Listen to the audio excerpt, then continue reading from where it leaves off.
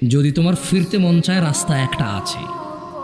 40 বছর নামাজ আদায় করো না, 50 বছর নামাজ আদায় করো না, এই পৃথিবীর যত ধরনের নেশা আছে কোনোটা তুমি বাদ দাও নাই। এই এলাকার অমুক তুমুক যত খারাপ বাজে মেয়ে আছে সবার সাথে তোমার বাজে সম্পর্ক ছিল।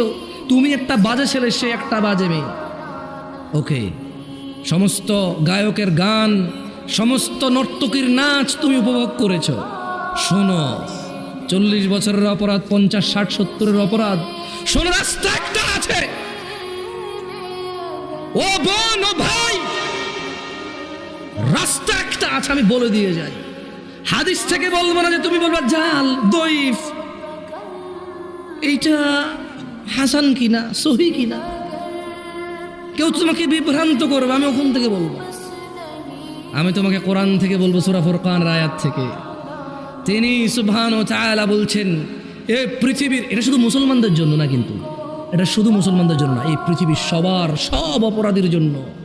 তিনি বলছেন, ইল্লা মান তাব,